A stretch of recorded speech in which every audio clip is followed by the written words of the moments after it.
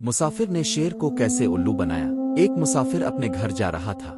इसके साथ गोश्त का एक डब्बा भी था।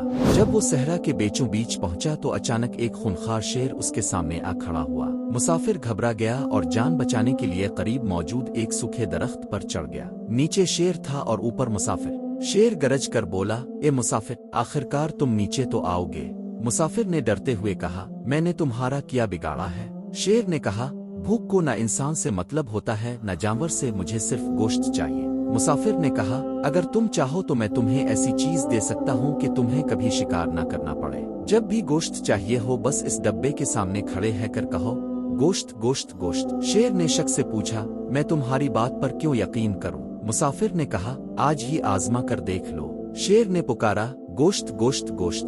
मुसाफिर ने डब्बा खोला और डब्बा वाकई गोश्त से भरा हुआ था। शेर ने खुश होकर डब्बा मांग लिया और मुसाफिर जान बचाकर भाग गया। शेर ने फिर डब्बे के सामने खड़े होकर कहा, गोश्त गोश्त गोश्त।